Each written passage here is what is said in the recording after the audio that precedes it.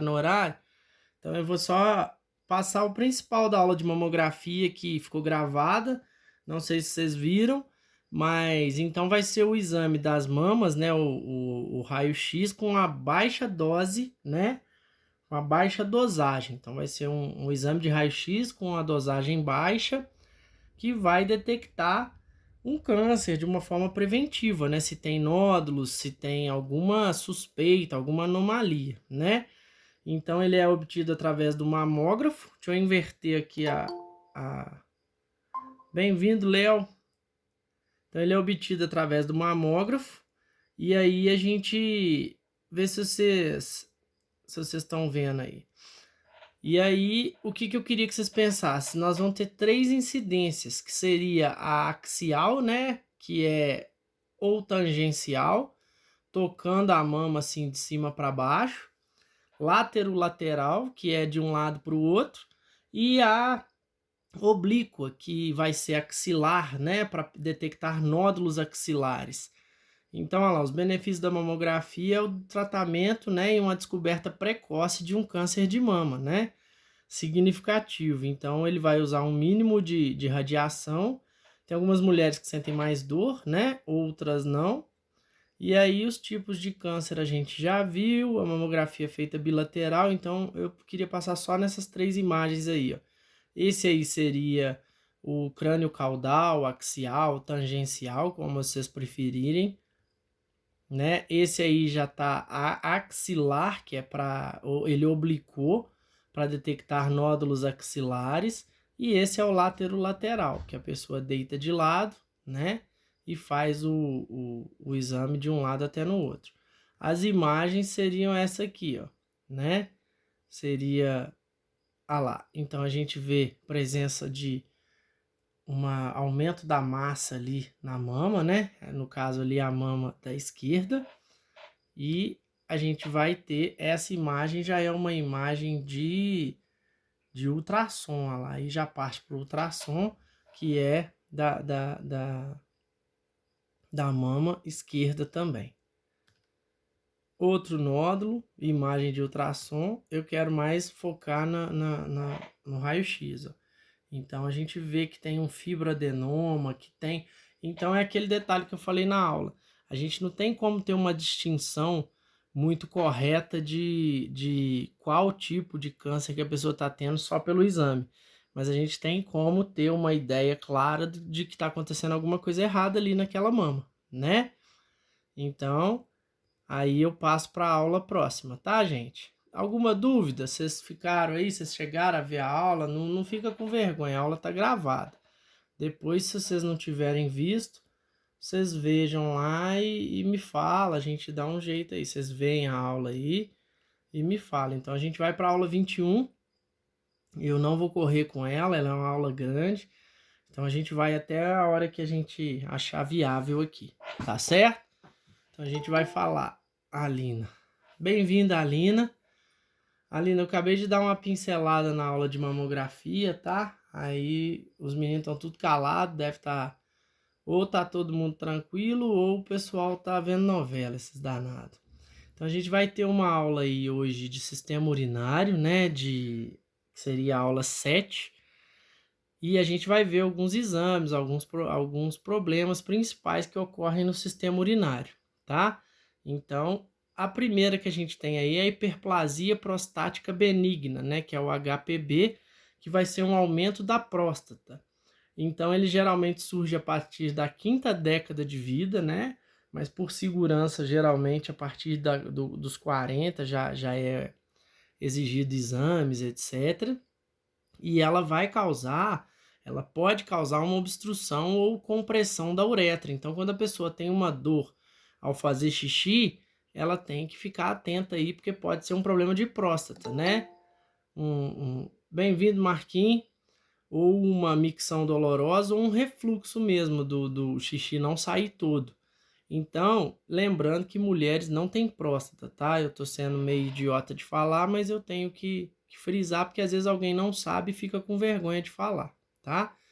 Então, olha lá, a incidência com paciente ortostático, pós-esvaziamento vesical obtida durante aquela uretrografia, né, que é a cistografia, que é o paciente enche a bexiga e faz um raio-x e depois esvazia, e aí faz outro. Então a gente vai ver um defeito na base da bexiga. A bexiga fica um pouco como se tivesse umas ranhuras assim embaixo dela.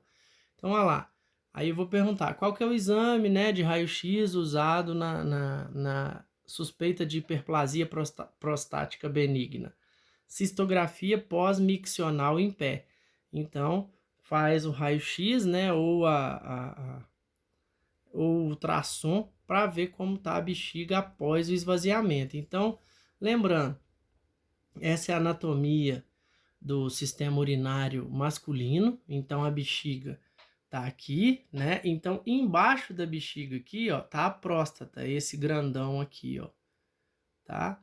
Então, essa região, pensem comigo, se ela crescer, ela espreme a uretra. Então, na hora que a pessoa faz xixi, vai doer, vai gerar uma dor, tá? Na hora que o homem faz o xixi, se a próstata estiver grande. Então, já aproveitando um detalhe aí, ó. Por que do toque ser tão eficiente na detecção do problema? Porque o ânus está aqui, ó, então o médico vem com o dedo para frente e passa na parede anterior do ânus. E se tiver a próstata aumentada, essa parede aqui deixa de ficar lisa. No vídeo, ó, eu preciso mostrar no vídeo essa parede aqui, ó. Pro vídeo tá diferente, tá, gente? Vocês que estão na aula ao vivo. Então, o médico faz o toque retal e confere se essa parede aqui tá lisinha. Deus me livre, né? Ainda bem que quando eu fizer 40, não vai ser mais assim. Tranquilo, gente? Então, olha lá. Uma próstata normal, um exemplo de desenho, e uma próstata já inchada aqui, já grandezinha, tá? Já com hipertrofia prostática benigna, que é o famoso HPB, e esse exame ele já começa a dar indícios pelo PSA no exame de sangue dos homens, né?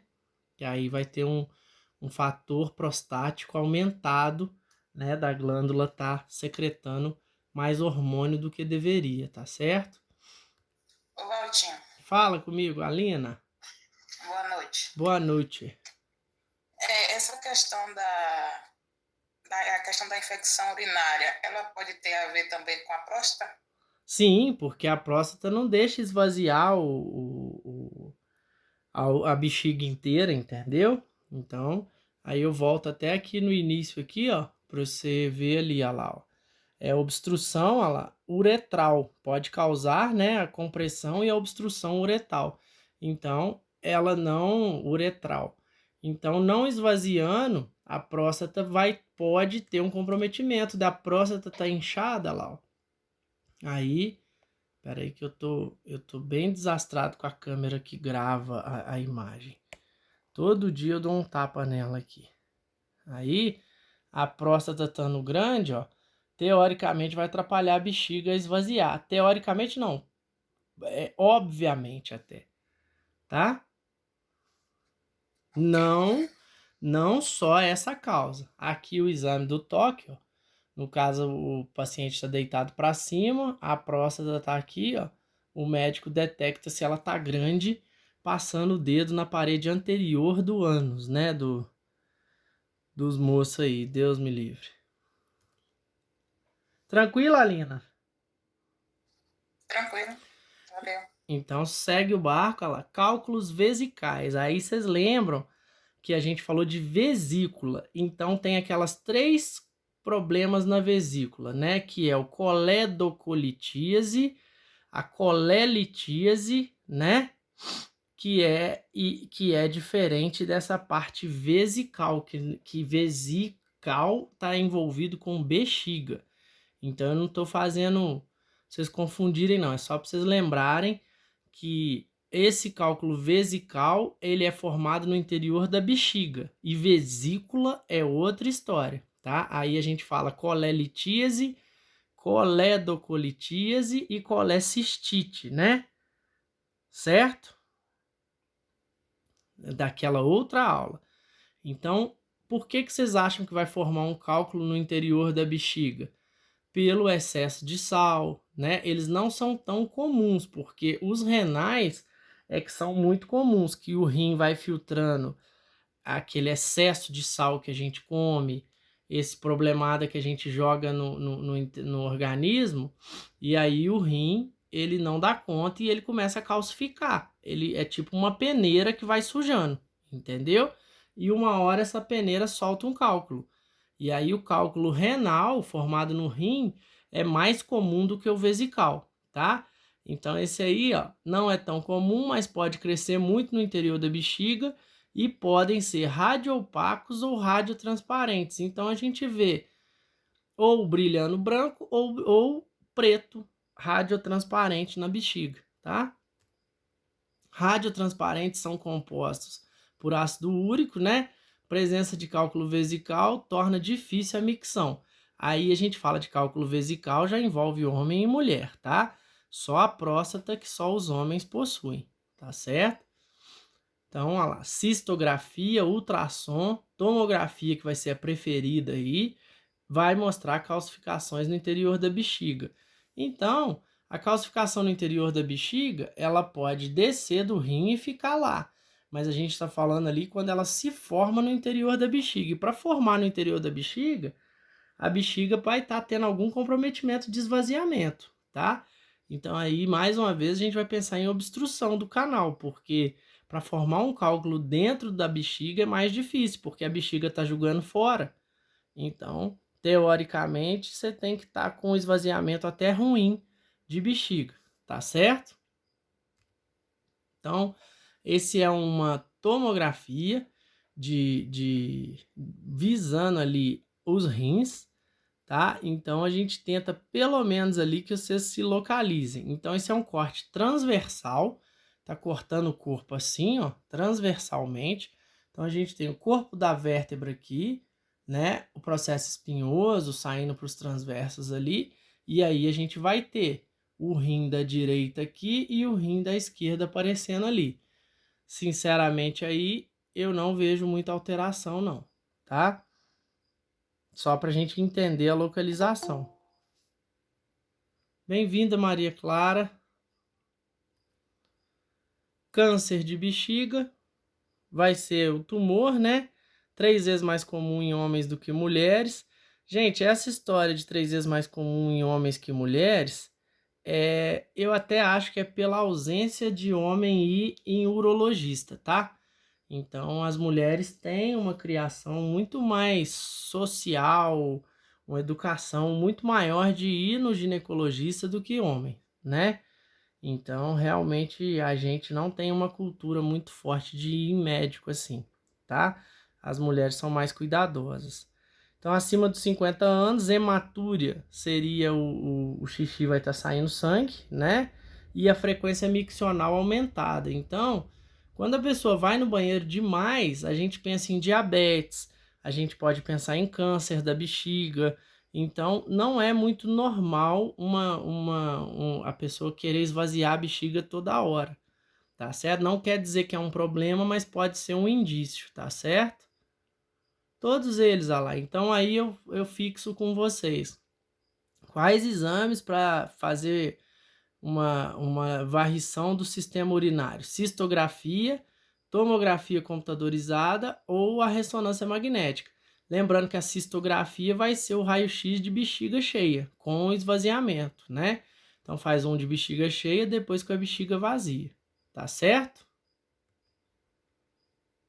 Aqui tá mostrando só o câncer aqui embaixo na bexiga, mas de uma forma desenhada. Essas imagens não são muito fáceis da gente arrumar, mas só para vocês entenderem aí, o fundo da bexiga vai estar meio pego ali, tá misturado com a próstata. Vocês estão vendo ali que a próstata tá aqui embaixo, ó. Então, ela tá embolada com o fundo da bexiga. Então, por isso que o câncer de próstata tem que ser detectado precocemente, porque depois ele gera complicações muito maiores. Ok? Aí a gente entra em anomalias congênitas. Então eu lembro a vocês que Anomalias congênitas, congênita ela vem da gestação. Ela não foi adquirida durante a vida, né? Durante a vida não é congênita, tá? Então, aí a gente entra em imperfeições estruturais ou alterações presentes ao nascimento, tá certo? Então a pessoa nasce com problemas, tá certo? Uma delas é a duplicação do ureter. A pelve renal envolve 2 ureteres ou pelves renais a partir de um mesmo rim. Então a gente pensa assim, 2 ureteres não vai fazer diferença, vai ser até melhor um rim ser drenado por 2 ureteres, tá? Então, nesse caso aí, é um tipo comum de anomalia e geralmente ela não cria problema de saúde. Aí faz a urografia excretora, né, ou a cistografia, que é o exame de raio-x contrastado, né, contrastado nem sempre, mas da bexiga cheia e da bexiga vazia. Então, olha lá. Aqui ele está mostrando só de uma forma bem grosseira os 2 rins, né? Com a duplicação de ureter de um lado ao outro, tá certo? Esse tracinho azul aí ficou meio mal feito, mas a ideia é mostrar a duplicação de ureter. Nesse caso aí, ó, a gente fala que é um testículo ectópico, né? Então, ele está fora da bolsa escrotal, ó lá. Isso ocorre com bastante frequência. As crianças, às vezes, precisam, às vezes, até de cirurgia para descer o testículo, porque ele fica lá em cima, ele ascende ao abdômen, ele está subido lá no abdômen, falando português claro. Rim ectópico. Então, se a gente viu o testículo ectópico é um testículo fora do lugar, o rim ectópico é um rim que não está no abdômen. Agora é o contrário, olha lá. Ele não ascende ao abdômen, ele não está lá em cima. Ele vai estar lá embaixo na pelve. Geralmente ele tem um ureter mais curto que o normal e não cria problemas.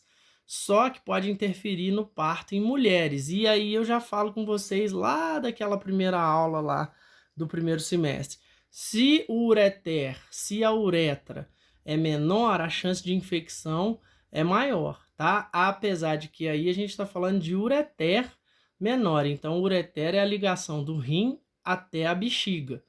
Da bexiga para baixo que é a uretra. Então, as mulheres são mais propensas à infecção por ter uma uretra menor e o órgão genital interno. Os homens têm o órgão genital externo, então a uretra vai ser um pouco maior, as infecções em homem não chegam com tanta facilidade, certo?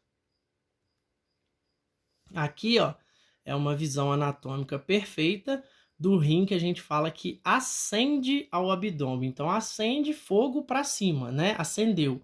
Então, tá aqui o da direita, porque esse corpo tá de frente para mim. A nossa esquerda, na verdade, é o da direita do anatômico.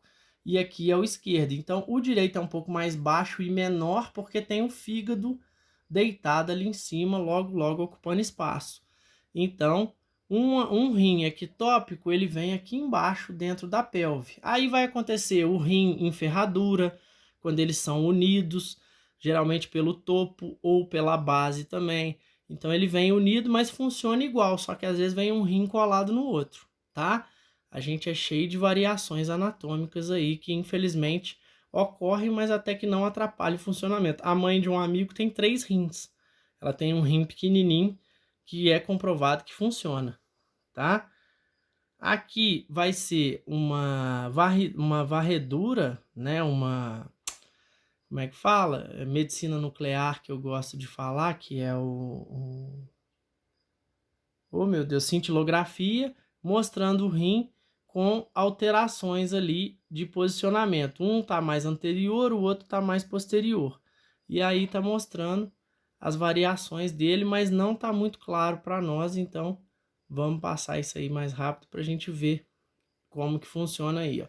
Olha aí a urocistografia, uretrocistografia ou cistografia, né? De esvaziamento. Então, olha lá, saindo lá dos rins, tudo brilhando bonitinho e indo lá na bexiga. Tá certo, gente? Dá para ver direitinho aí essa imagem, né? Então, aparentemente aí tá tudo no lugar, ok?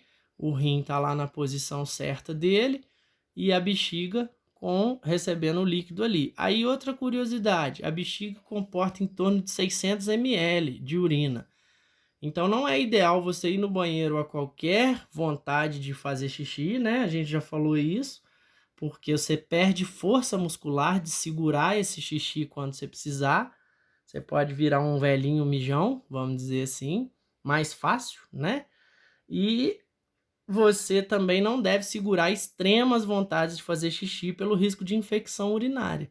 Tipo, quando você está num show que chega até a doer, que a vontade de fazer chega até a passar, não é bom, tá? Viajar de bexiga cheia não é bom porque Deus livre guarde um acidente. O peso no órgão é muito grande, ele corre o risco de romper e contaminar todo o seu intestino ali, tudo que está ao redor, tá certo? Gente, vocês estão muito calados, tá? Então eu tô seguindo o barco aqui, vocês vão me falando, tá? Aqui já é uma uretrocistografia com um problema lá. Você vê que o ureter de cá que tá ligando na bexiga, ele já tá com um problema, uma dilatação ali, provavelmente uma estenose, que tá ocluindo, né? Que vai estar gerando aquela hidronefrose, problemas assim, que é onde você não tem uma drenagem normal da urina. Conseguem ver aí, mais ou menos, que antes de chegar na bexiga tem uma bolsa aqui que está dilatada, segurando ali o contraste, segurando a urina? Sim, gente. Sim. Ah, muito obrigado, Marcelo. Ele falou sim e travou o microfone, o safado. Aí o rim em ferradura, tá? Que a gente já falou, ele vai estar fundido, né? Vai estar uma fusão dos rins durante o desenvolvimento fetal. Em 95% dos casos, os polos renais inferiores fundidos. 5% vai ser os polos superiores. Essa fusão não atrapalha, só que os rins não vão ficar lá em cima no abdômen normal. Geralmente eles vão ficar mais embaixo no abdômen, superior na pelve, tá? Então o rim pode vir em ferradura, quando vocês virem não se assustem, só uma imagem ilustrativa aí da parte superior deles unidas aí, tá? E aqui a gente vê a mancha mostrando que o rim aqui tá uma coisa só, tá certo? Nesse exame de ultrassonografia. Vamos embora. Então são só curiosidades, ó. Nesse caso aí, tá vendo? O rim tá só do lado de cá, ó. Então tenham essa vivência para não ficar, nossa, só tem um rim. Aqui não, ele tá unido. Todos os dois ali vão estar juntos ali, fundidos, certo? Tá maior do que o normal e tá só pro lado direito ali do paciente, certo?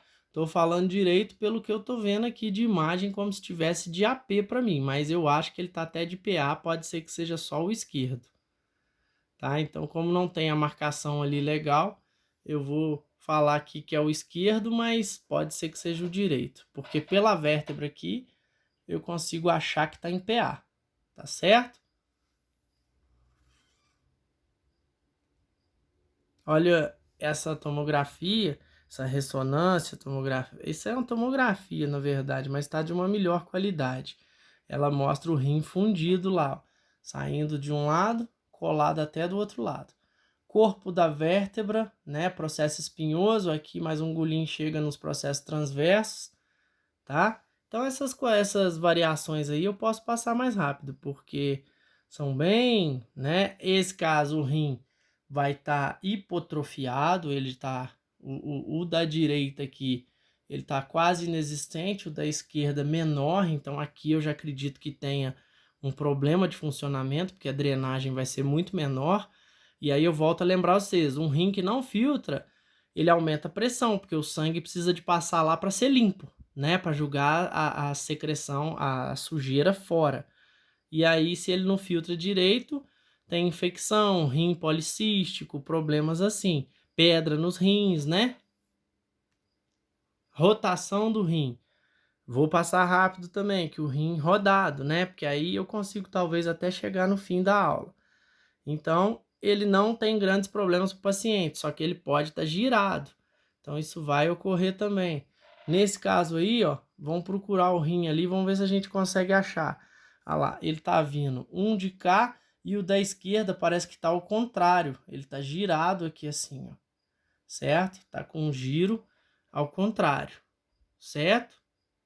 Então, a gente consegue ver que o rim ali, ele tá rodado com a parte de uréter dele vindo para fora aqui, ó, de ureter, né? Moçada, vocês estão calados, eu vou seguindo o barco, tá? Segue o baile.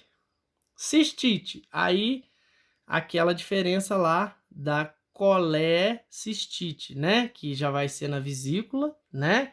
Então a cistite é uma inflamação da bexiga por uma infecção bacteriana ou fúngica. E aí a gente volta lá na história. Por que as mulheres são mais propensas a cistite? Porque tem a uretra mais curta, tá? Permitindo a passagem de bactérias para o interior da bexiga, mais fácil, tá? Então, cistite, inflamação da bexiga. Esse é o órgão genital feminino, né? Então, a uretra bem menor, ó lá. Então, se não tiver uma higiene boa, ou relação sexual sem proteção, ou aquela história de anos, né, de limpar errado, de trás para frente, traz bactéria aqui e ele chega na vesícula, chega na bexiga e vai gerar uma infecção, tá? Alguém tem dúvida aí do sistema aí? Ô, Valtinho, Ah, a questão que quando muita gente fala, né, que quando tem dor nas costas pode ser rins. sim, sim. É pelo fato de estar localizado mais na parte posterior, né? Isso. Exatamente, principalmente o da direita, porque ele tá embolado ali com o fígado, embolado que eu falo no bom sentido, ele é um pouco mais embaixo e mais retroperitoneal, lembra dessa palavra? Então ele tá mais atrás. Então ele dói ali. Então a dor de coluna tem que ser distinta, tem que ser bem avaliada, porque às vezes a pessoa tá com o rim inflamado, entendeu? E ela dói, vai até pegar o nervo ciático se bobear, porque a infecção às vezes está grande e dá dor igual se fosse coluna lombar, entendeu? Pela proximidade. Só que a gente tem alguns testes, né, que você dá um soquinho assim e o rim vai dar uma pontadaça. Então o médico dá tipo um soquinho na região dos rins e a gente não aguenta, ok? Ok. A bexiga, ó, lembrando aí que ela cabe em torno de 600 ml, então se a gente ficar segurando demais é ruim e não segurar nada é ruim também, porque você perde força, perde tônus da musculatura ali, tá certo? Glomerulonefrite. Então vamos lembrar rapidinho da anatomia que eu consigo passar mais rápido. É conhecido como doença de Bright, uma inflamação dos capilares do glomérulo. Então lembra que o rim, quando você corta um rim, você abre o rim, olha lá, você tem essa árvore aqui que são os glomérulos. Na ponta dos glomérulos tem os néfrons, que é onde ocorre a filtragem. Lembrando que o azulzinho seria veia renal e o vermelhinho seria a artéria renal, onde o sangue vai e onde o sangue volta. Aí tem aquela história, cápsula de Bowman, tubo contornado proximal, aí desce pela alça de Henle, tubo contornado distal, aonde tem o hormônio antidiurético que vai tirar o excesso d'água da urina, e depois ducto coletor, o que for resíduo vai embora, o que for proteína que tá indo embora volta para o sangue. Eu sei que vocês todos lembram disso, né? Se eu lembro, vocês também lembram. Então, aí o que acontece? Aqui é uma imagem de um néfron. Lembrando que dentro dos glomérulos tem milhares, milhões de néfrons. Então, quando a gente come só sal, não bebe água, você está matando néfrons. Aí você está tirando seu potencial de filtragem dos rins. Então, isso não é bom, tá certo? E aí, a ideia é que você tome água de uma forma equilibrada para o tanto de sal que você ingere, para o tanto de coisas cítricas que você ingere. Se não, glomerulonefrite, que seria uma inflamação do glomérulo evoluindo para o néfron. E aí a sua filtragem começa a ser reduzida, formação de pedra nos rins. Ok, gente? Então, olha lá, nas condições crônicas, a ultrassonografia demonstra o rim de pequeno tamanho por causa da fibrose que vai destruir a cortical do rim pela inflamação, tá? Doença renal policística. Aí você pode nascer com o rim policístico ou você pode ir ficando com o rim policístico, tá? É a causa mais comum de rim aumentado. Ele tem a causa genética ou congênita. Às vezes você herda a doença ou às vezes você já nasce com ela por um defeito na sua fabricação mesmo, certo? E aí você vai ficar com doença renal policística, quer dizer, se ele tem cistos, ele tem limitação de espaço para funcionar normalmente, né? Vai ser um rim mais propenso a doenças, né? Então, olha lá, os rins alteram a aparência, né? E vão ter um problema na função. Em alguns casos, o fígado também pode ter cistos. A doença policística é descrita como cachos de uva, mas aí é só se for num caso muito aumentado, tá, gente? Que a gente fala. E aí eles podem ir aumentando dependendo da falta de cuidado que a gente tem com o sistema renal nosso. Então, olha lá, os sintomas: hipertensão renal, proteinúria e insuficiência renal crônica, porque ele não filtra direito. Lembrando que hipertensão renal, ela vai influir, vai alterar diretamente na circulação, porque se você tem um aumento um decréscimo de filtragem, o sangue é mais pesado, o coração trabalha mais forte. Aí o risco de um infarto, de um problema decorrente de uma hipertensão renal é muito grande. Por isso que o médico cardiologista às vezes te passa uma coisa para você fazer mais xixi, que agora eu esqueci o nome. Gente, como é que faz? Diurético. Ah, muito obrigado, Alina, muito gentil. Um diurético, tá? Tem hora que foge o nome mais besta da cabeça da gente, tá? Então o diurético vai ser para isso, para melhorar a leveza do sangue, para você tentar trabalhar o coração de uma forma mais leve, tá certo?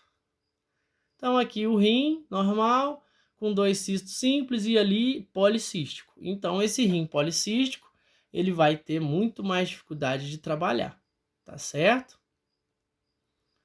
Aqui a gente vê o rim já todo baqueado ali, né? Tanto eu vou considerar aqui agora, mesma coisa, lado direito, lado esquerdo, como se estivesse de costa para mim. Então, o de cá com os cistos e o de cá já entrando em caso de hidronefrose, de problemas de drenagem mesmo do rim ali, tá? Cálculos renais, aí são calcificações que ocorrem na luz, né, do trato urinário dentro do rim. Essas calcificações podem levar à obstrução renal. Aí, o que é obstrução renal? O famoso hidronefrose que eu estou falando aqui. O seu rim não esvazia, ele vai estar entupido a saída, ele começa a acumular urina. E aí você vai ficar intoxicado, isso te leva à formação de cálculos maiores e aí talvez até uma cirurgia de desobstrução. Talvez não, provavelmente, tá? Estudos indicam que os pacientes com a urina muito ácida, o pH entre 5 e 6, têm mais cálcio na urina e maior incidência de cálculos renais. Aí eu volto naquela história, ingestão anormal de cálcio, ou seja, muito leite, muito derivado do leite, muita coisa cítrica, pode aumentar a produção de cálculo renal. Em contrapartida, a falta de beber água também, certo? Porque aí você vai ficar com pH ácido lá. Então, a uretrografia demonstra obstrução causada nos rins, mas a tomografia computadorizada vai ser sempre melhor ali, né? Vai ser o que eles chamam de padrão ouro para detectar os cálculos. Aqui, ó, não tá muito boa essa imagem, mas a gente vê, né? Calcificações saindo aqui para a parte do ureter ali, tá? Eu não consigo ler ali a descrição da imagem. Aqui já está gerando a famosa hidronefrose, olha lá, com a dilatação do ureter, ó, as setinhas mostram ali pedras já que vão estar no canal. É aonde o médico não tem mais como fazer por sonda, ele tem que abrir, né, para tirar a pedra, porque às vezes a sonda não passa. Tem sonda que consegue quebrar essas pedras. Então a pessoa faz via órgão genital mesmo, o médico vem com a sonda e quebra a pedra. Mas não é todo mundo que tem essa sorte. Às vezes precisa de abrir. Certo? Esse raio-x aí não tá bom para ver, nem sei porque que eu pus ele aí, me desculpem, porque eu aqui na minha tela não consigo ver. Eu sei que tem alteração aqui embaixo, mas não tá muito legal. Hidronefrose, distensão da pelve e dos cálices renais como resultado de alguma obstrução, né, de urina. Então o rim não está esvaziando. Mulher grávida, por exemplo, os ureteres são comprimidos pelo feto. Então a mulher grávida vai mais vezes ao banheiro porque ele ocupa espaço da bexiga, né, o feto, e também tem a compressão às vezes ali que dificulta a saída. Então o risco de infecção maiores também, tá? Então, outras causas comuns, cálculos e na pelve ou no ureter, tumores, anormalidades ou coisas congênitas. Então, a hidronefrose é o acúmulo de urina, né, de líquido nos cálices renais. O rim não dá conta de se esvaziar por motivo de pedra ou algum problema de estenose do canal, que pode ser até o útero que está comprimindo ali também. Certo? O bicho que sofre é a mulher, viu? É, vocês têm esse azarzinho mesmo, né? Aqui, ó, essa pelve aí, essa urografia excretora lá, 60 minutos de injeção endovenosa de contraste. A imagem renal à direita não foi obtida nem em radiografias realizadas mais tardiamente. Observa-se dilatação acentuada do sistema pielo-calcinal uretral à esquerda, com a bexiga pouco repleta. Então a bexiga aqui, ó, tá aqui embaixo, ó, com quase nada, certo? Então o líquido não tá chegando direito na bexiga ali. Pode observar-se compressão da parede à esquerda com desvio para a direita. Então o lado esquerdo tá desviando para a direita, tudo entupido, ó, certo? E ali com bastante problema ali. Gente, dá para eu supor que isso aí é uma criança?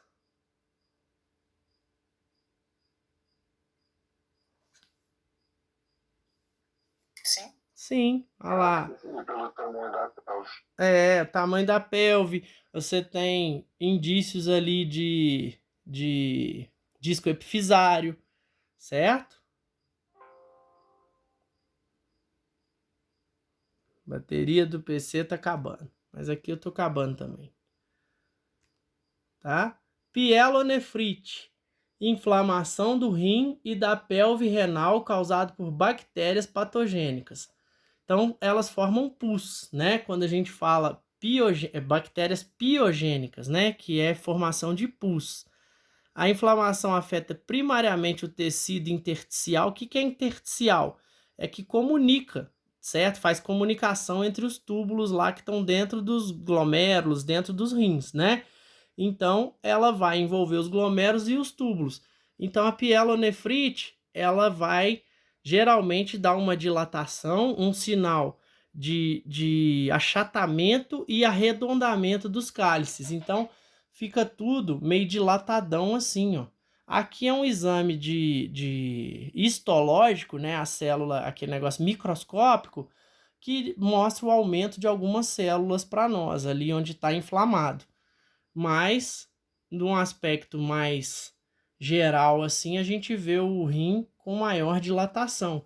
Então, a pielonefrite vai ser o pus dentro dos néfrons. Então, o néfron vai estar dilatado.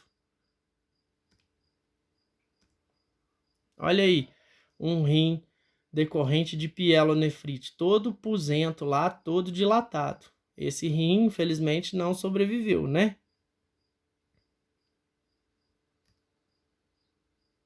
Aqui, ó, mostrando o acúmulo aqui de líquido no rim, curvinha, setinha mostrando. Do lado direito também tem, tá? Lembrando, coluna, rim da esquerda, rim da direita. Com acúmulo de pus ali. Certo, gente? Aí, nesse caso, também é o estágio mais perigoso, assim, né? Sim, sim, porque aí passa para infecção generalizada, porque você não tem uma filtragem boa, certo? Uhum. E aí a hipertensão renal tá acabando, tá, gente? Hipertensão renal, aumento da pressão arterial de causa renal, devido a uma aterosclerose da artéria renal. Aterosclerose seria a placa de ateroma, quando o rim tem uma obstrução que está atrapalhando a filtragem dele, tá? Pera aí que eu vou plugar o computador só para ele não desligar e eu ter que acabar a aula corrida aqui, certo?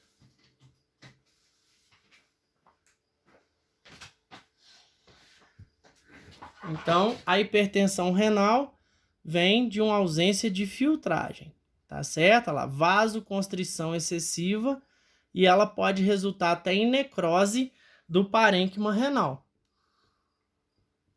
Parênquima é o tecido que faz a filtragem, tá? Quando eu falo parênquima, é a célula que faz a função do órgão. Quando eu falo estroma, estromal, é o tecido que só preenche a estrutura do órgão. Então, são células conjuntivas que dão a cara do rim de rim. E tecido parenquimatoso renal seria os néfrons. Então, se começar a morrer néfron, você tem pouca filtragem. O diabetes, em conjunto com a hipertensão renal, pode piorar ainda mais o dano renal. Se você tem um sangue doce, né, um sangue que está intoxicado pelo açúcar, você obviamente tem dificuldade na filtragem dele. Então aqui, olha lá, essa é uma angiotomografia pré-operatória demonstrando um aneurisma sacular com bifurcação da artéria renal. Então você vê que a artéria renal, ela vira duas ali ainda. E esse aneurisma, para quem desconhece o termo e só escuta falar, é uma bolsa que dá na artéria por causa do entupimento. Então a pressão ali é tão grande que a artéria dá uma bolha. E essa bolha, se romper, aí é aquela história. Você vê a pessoa muito bem hoje, amanhã você soube que ela morreu porque teve um aneurisma rompido. Ok, gente? Obstrução renal, a gente já falou, por restos necróticos, cálculos, sangue trombosado, trauma, estenose, né? Problemas que vão aumentar o problema funcional do rim. Aqui, ó, um exemplo só de quando o rim não consegue se esvaziar lá. Ele dilata, nesse caso aí, por uma pedra, por uma obstrução, por um câncer, um tumor, e ele vai ter que correr para uma cirurgia. Tá acabando.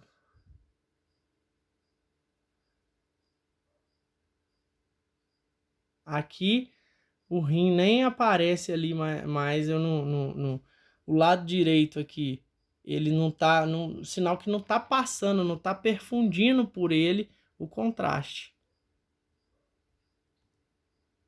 E aí, ó, a gente tem duas doenças que são a fístula vésico-retal, né? Que é vésico-retal. Então, vésico, bexiga, reto, ânus. Então, fístula é um buraco. Então, a pessoa às vezes tem uma comunicação. Então, vai sair urina nas fezes e fezes na urina, certo? Então, é um problema grave que pode dar pode ser devido a trauma, tumor, né? Ou pode ser uma anomalia congênita, mas aí o risco de infecção é muito grande, é uma comunicação artificial entre a bexiga e o reto ou partes do cólon. E aí a gente tem essas duas características aí, ó, pneumatúria e fecalúria. Ah lá, vai sair ar na urina, né, que é gás, tipo decorrente que teria que sair pelo intestino grosso, vai sair pela frente, e a fecalúria seria sair fezes na urina. Então, a gente são problemas que às vezes a pessoa nasce com isso também, ou um câncer gera esse tipo de problema, tá? Depois eu vou falar de epispadia, outro problema quando o órgão genital masculino não fecha. Tá certo? Aí tá na outra aula. Aqui eu encerro, tá, gente?